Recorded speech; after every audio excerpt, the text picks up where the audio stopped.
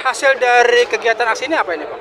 Oh, untuk hasil daripada kegiatan ini, sebagaimana yang kita ketahui bersama, dari BMPTNU telah menyampaikan aspirasi kepada pihak KPI yang telah ditentukan oleh pihak KPI akan ditindaklanjuti lebih dalam sesuai pada tuntutan kita.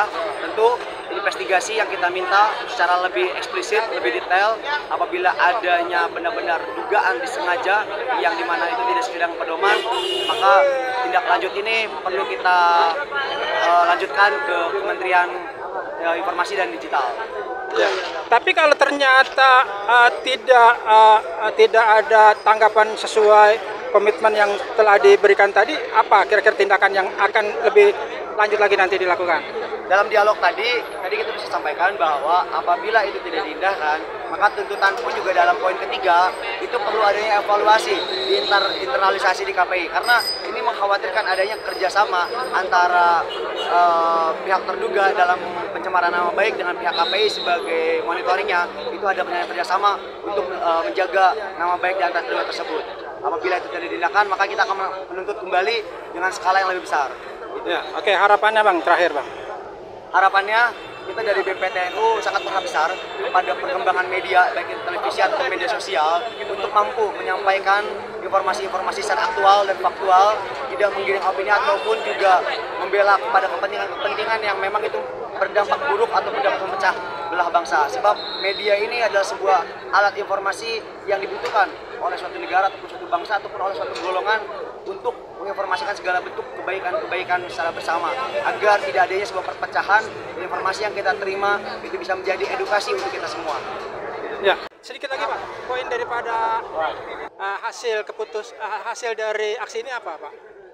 Pertama, sesuai mekanisme pengaduan standar pelayanan, pengaduannya diterima secara resmi, akan disampaikan kepada pimpinan, pada forum pimpinan, poin-poin yang menjadi aspirasi dari masyarakat.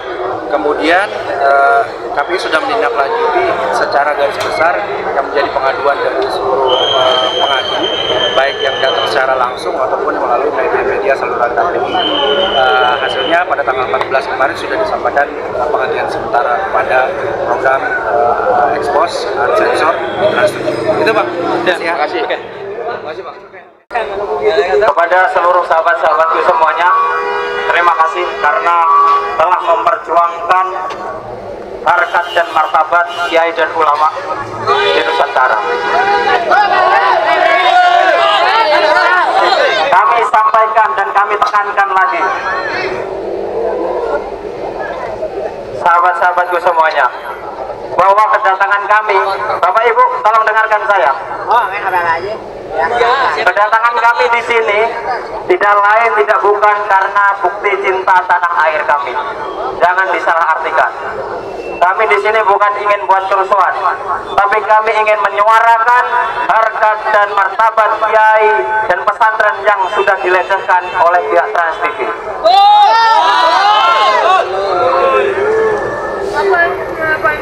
Tadi kami sudah berdialog di dalam.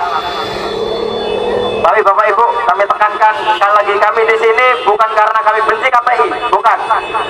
Kami di sini karena kami cinta kepada KPI dan kami cinta kepada Republik ini.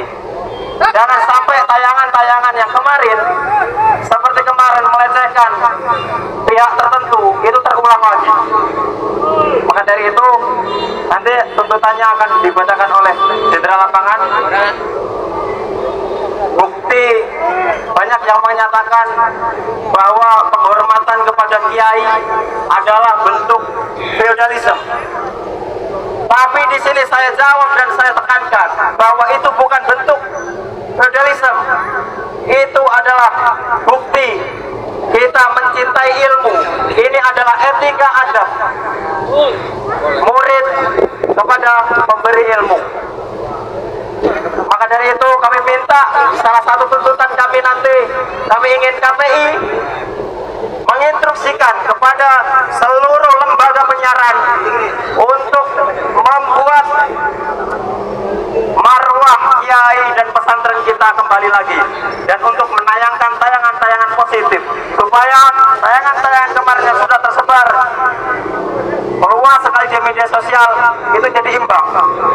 Narasi-narasi negatif itu bisa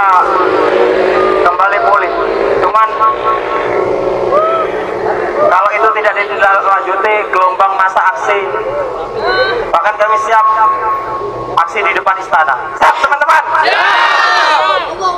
Mungkin itu dari saya.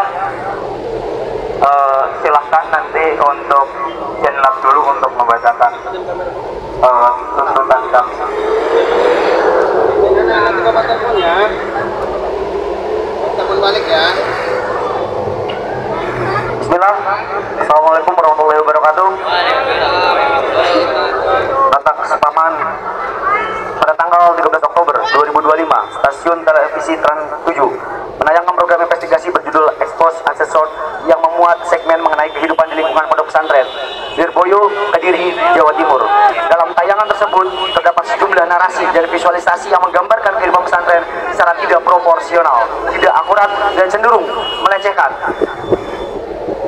Beberapa pernyataan yang ditayangkan menyinggung kehormatan para kiai, pengasuh, serta santri Lirboyo, antara lain dengan menuduh adanya perilaku tidak wajar di lingkungan pesantren dan mengaitkan gaya hidup para pengasuh dengan kesan kemewahan dan kesewenang-wenangan. Konten tersebut segera menimbulkan reaksi keras dari masyarakat luas, khususnya dari keluarga besar pesantren Lirboyo, para alumni, serta tokoh-tokoh Nahdlatul Ulama yang menilai bahwa tayangan itu telah melanggar norma kesusilaan, etika jurnalistik, serta aturan penyiaran yang berlaku. Tayangan tersebut dianggap tidak melalui proses verifikasi dan kualifikasi berimbang, sebagaimana diwajibkan oleh Kode Etik Jurnalistik pasal 3 dan 4 yang menuntut agar media menyajikan berita secara akurat, berimbang, dan tidak bertingkat buruk. Selain itu, Trans 7 juga dinilai melanggar ketentuan dalam Undang-Undang Nomor 32 Tahun 2002 tentang penyiaran, khususnya pasal 36 ayat 4 yang melarang lembaga penyiaran menayangkan isi siaran yang mengandung penghinaan, fitnah, atau merendahkan martabat seseorang atau kelompok masyarakat. Pasal 36 ayat 5 yang menegaskan bahwa isi siaran wajib menghormati norma agama, kesusilaan, dan budaya bangsa golongan. Pasal 40 yang mengatur tanggung jawab lembaga penyiaran terhadap akibat dari isi siarannya. Tayangan ini juga dianggap bertentangan dengan pedoman perilaku penyiaran dan standar program siaran P3SPS yang diterbitkan oleh Komisi Penyiaran Indonesia, terutama pada pasal 11 dan pasal 13 yang mewajibkan lembaga penyiaran menghormati nilai-nilai agama, menjaga kehormatan tokoh agama, serta menghindari penyajian yang dapat menimbulkan kesalahpahaman terhadap kelompok keagamaan tertentu. Akibat dari penayangan tersebut, Trans 7 menuai gelombang kecaman publik di berbagai platform media sosial dengan tagar #boycott Trans 7 dan lawan upaya pembusukan kiai dan pesantren Nusantara. Berbagai organisasi masyarakat, alumni pesantren, dan tokoh keagamaan menuntut agar Trans 7 segera menarik tayangan tersebut, meminta maaf secara terbuka, serta melakukan klarifikasi dan evaluasi internal terhadap tim produksi.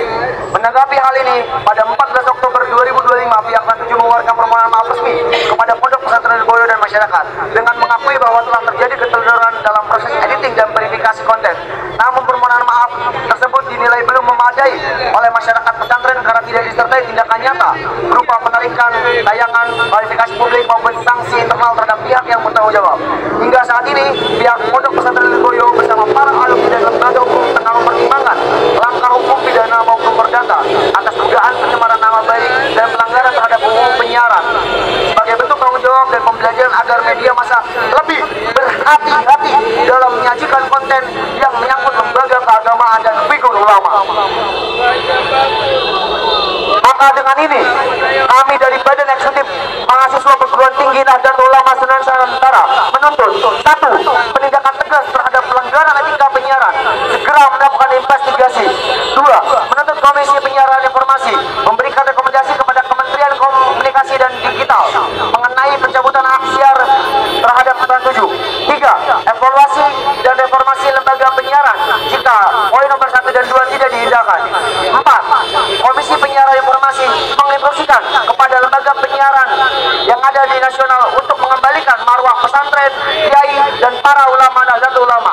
Nota kesepahaman ini dibuat dengan semangat persaudaraan dan tanggung jawab moral bersama untuk menjaga martabat penyiaran nasional serta kehormatan nilai-nilai keislaman dan kebangsaan. Kesepahaman ini jadi langkah nyata menegakkan etika dan tanggung jawab lembaga penyiaran di Indonesia. Jakarta, 16 Oktober 2025.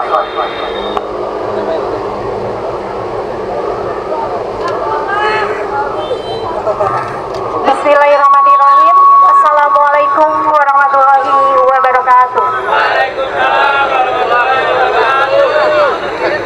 Kami dari Komisi Penyiaran Indonesia sebelumnya mengucapkan apresiasi yang sebesar-besarnya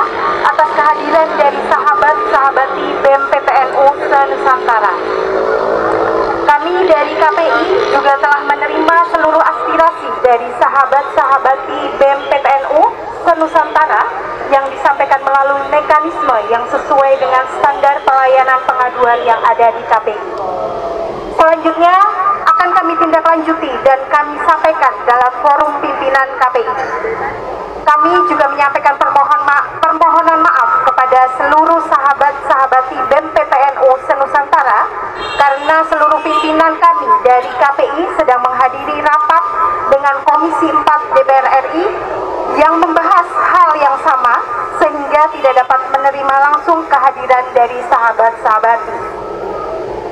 Berkaitan dengan muatan yang ditayangkan oleh program siaran Expos Unsensor yang ditayangkan oleh Trans 7 pada tanggal 13 Oktober 2025 pukul 17.18 waktu Indonesia Barat, KPI telah melakukan beberapa tindak lanjut terhadap hal tersebut. Di antaranya, yang pertama, selain dari beberapa pengaduan yang telah disampaikan, KPI Pusat berdasarkan pemantauan atau pengawasan juga telah menemukan temuan adanya pelanggaran tersebut.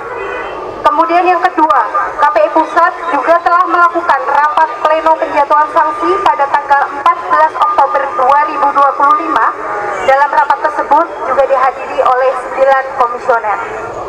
Pada tanggal yang sama, setelah rapat pleno penjatuhan sanksi dilaksanakan, KPI Pusat menyampaikan undangan klarifikasi terhadap lembaga penyiaran Trans 7 untuk hadir dalam forum klarifikasi pada tanggal yang sama, yaitu tanggal 14 Oktober 2025 pada pukul 17.00. Kemudian selanjutnya, hasil klarifikasi tersebut selanjutnya ditindaklanjuti dalam rapat pleno penjatuhan sanksi yang akhirnya dengan putusan sanksi administratif penghentian sementara terhadap program siaran Expos Unsensor yang ditayangkan oleh Trans 7. Sanksi tersebut dituangkan juga dalam putusan sanksi administratif tertanggal 14 Oktober 2025 dan dibacakan pada hari yang sama dalam forum penyampaian putusan. Demikian hal yang dapat kami sampaikan, kurang lebihnya kami mohon maaf. Akhir kata, wassalamualaikum warahmatullahi wabarakatuh.